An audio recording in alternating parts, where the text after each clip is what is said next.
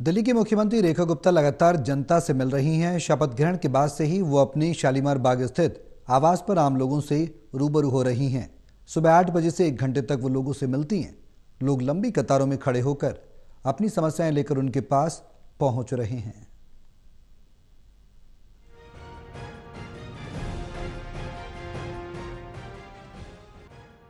रेखा गुप्ता मुख्यमंत्री बनने के बाद से ही जनता से सीधा संवाद कर रही हैं। सुबह 8 बजे से 1 घंटे तक वो अपने निवास पर लोगों से मिलती हैं और उनकी समस्याएं सुनती हैं। लोग भी बड़ी संख्या में उनसे मिलने पहुंच रहे हैं। कई लोग अपनी व्यक्तिगत और सामुदायिक समस्याओं को लेकर आते हैं और मुख्यमंत्री खुद उनकी शिकायतों पर संज्ञान ले रही हैं। मेरे को बहुत अच्छा लगा सीएम मैम से मिल करके। मेरे को बहुत आशा है, बहुत उम्मीद लेके आई हूँ मैं अपने बच्चे के एडमिशन के लिए। 2 साल से मेरे बेटे का एडमिशन नहीं हो रहा किसी भी। मैं चाहती हूँ प्राइवेट में स्कूल में मेरे बेटों को एडमिशन मिल जाए। पहले कभी ऐसा होता था पुराने जो सीएम उनसे कभी मुलाकात हुई थी? नहीं, मेरी पहले कभी मुलाकात कभी किसी सीएम से नहीं हुई। मैं फर्स्ट टाइम आई हूँ।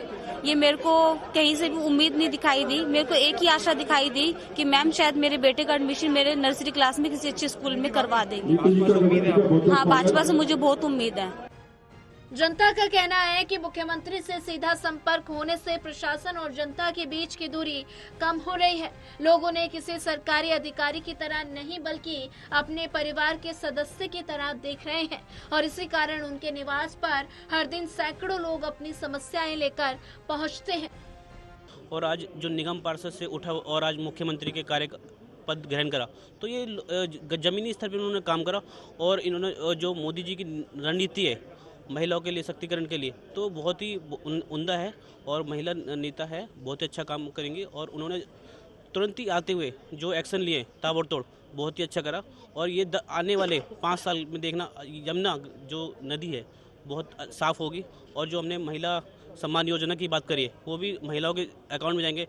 जो नेता प्रतिपक्ष जो कह रहे हैं कि कब आएंगे, तो पंजाब में 3 साल की सरकार होगी उनकी, उनसे मैं पूछना चाहता हूँ कि वो 3 साल उन्होंने कब देंगे पंजाब में।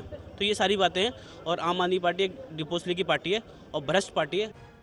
दिल्ली की राजनीति में ये पहल एक नया अध्याय जोड़ रही है, जहां मुख्यमंत्री हर दिन जनता से मिलकर उनकी समस्याओं का समाधान करने का प्रयास कर रही हैं। इस अनूठी पहल से दिल्ली की जनता को अपनी सरकार के और करीब आने का मौका मिल रहा है। और बिजी शेड्यूल है, उसमें से भी शेड्यूल निकाल करके हम जैसे कार्यकर्ताओं से वो रूबरू हो रही है, मिल रही है।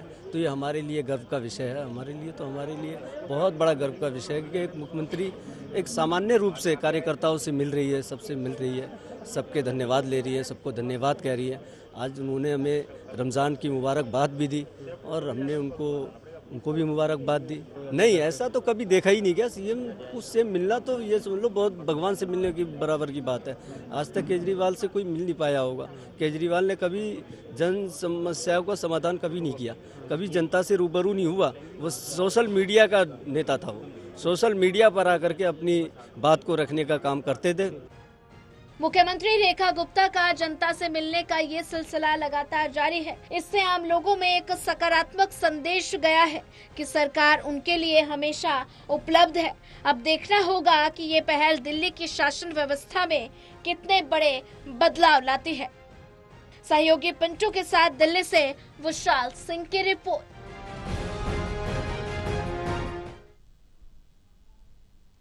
दिल्ली की मुख्यमंत्री रेखा गुप्ता से डीटीसी क्लस्टर बस कर्मचारियों ने भी एक डेलीगेशन पहुंचा मिलने।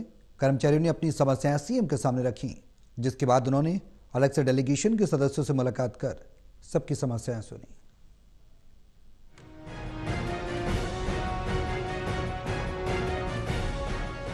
दिल्ली की मुख्यमंत्री रेखा गुप्ता रोजाना सुबह अपने शालीमार बाग स्थित आवास के बाहर आम जनता से मुलाकात करती हैं और डीटीसी क्लस्टर बस कर्मचारियों का एक डेलीगेशन आज मुख्यमंत्री रेखा गुप्ता से मिलने उनके आवास पहुंचा। कर्मचारियों ने अपनी समस्याएं रखते हुए बताया कि पिछली सरकारों से उन्हें कोई राहत नहीं मिली, लेकिन अब जब दिल्ली में बीजेपी सरकार आ चुकी है तो उन्हें सीएम से उम्मीदें हैं। जो बेरोजगारी की तरफ जा रहे हैं, हमारे 12 डिपो थे जो डीटीसी ने क्लस्टर को दे रखे हैं, तो उनमें से 4 डिपो अभी बंद, 5 डिपो बंद कर दिए गए, जिनमें से करीबन 2-2.5 हजार लड़के घर पे बैठे हैं और 60 डिपो बंद होने वाले हैं, जिनमें काम करते हैं करीबन 12 से 13 हजार लड़के। तो ये 15 अप्रैल तक का टाइम है इनका। पिछली बार केजरीवाल सरकार ने इन्हें 9 महीने के लिए बाधित किया था, बढ़ाया था। डेलीगेशन से मुलाकात के दौरान मुख्यमंत्री रेखा गुप्ता ने कर्मचारियों की समस्याओं को ध्यान से सुना और उन्हें समाधान का आश्वासन भी दिया।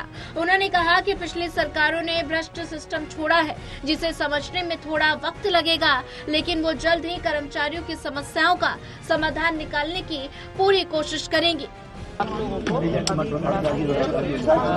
मैटर वो हो जाए चीजें, आपको बुलाऊंगी, पूरा विषय समझूंगी, सुनूंगी और उसके बाद में फिर हम इस बात में क्या निर्णय लेते हैं। चलो मैं विषय सारा समझ के ना, देखो ऐसा सड़क पे खड़े होकर विषय नहीं समझा जाएगा, मैं आपको बुलाऊंगी। बुलाने वाले में रुकिए ना, अभी समय नहीं, अभी सारा काम चल रहा है, अभी 15 दिन सरकार को हुए।